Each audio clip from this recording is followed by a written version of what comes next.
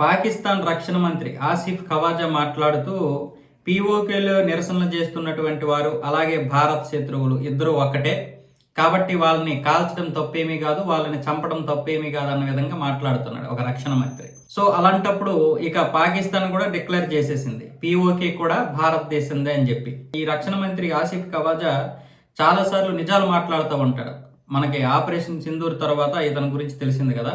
ఈ ఆపరేషన్ సింధూర్ తర్వాత చాలా నిజాలు మాట్లాడాడు. ఉగ్రవాదం మనం నిజంగానే పెంపొందించాము, పాశ్చాత్య దేశాల వల్లే ఉగ్రవాదంలో కూరుకుపోయింది పాకిస్తాన్, ఈరోజు పాకిస్తానే మాటలు పడాల్సి వస్తుంది అన్న విధంగా కూడా ఆయన మాట్లాడాడు.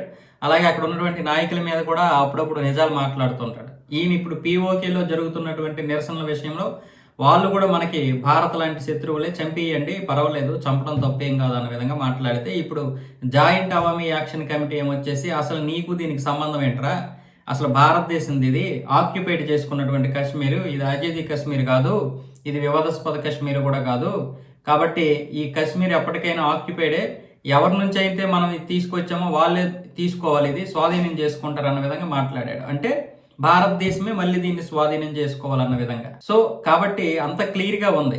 ఆసిఫ్ ఖవాజా కూడా ఇది భారత్ లాంటి శత్రువులే ఉన్నారు కాబట్టి ఇది భారతదేశం అన్నట్లుగానే మరి ఇండైరెక్ట్గా.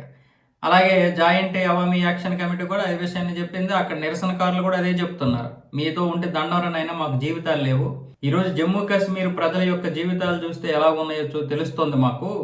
ఇప్పుడు అసలైనటువంటి స్వేచ్ఛ, సంస్కృతి అలాగే స్వతంత్రం వాళ్ళకు వచ్చింది, కానీ మాకు మాత్రం ఇది రాలేదు, మేము కూడా భారత్లో కలిసిపోతే బాగుండు అన్న విధంగా అక్కడ ఉన్నటువంటి నిరసనకారులు అయితే వాళ్ళ యొక్క అభిప్రాయాన్ని చెప్తున్నారు.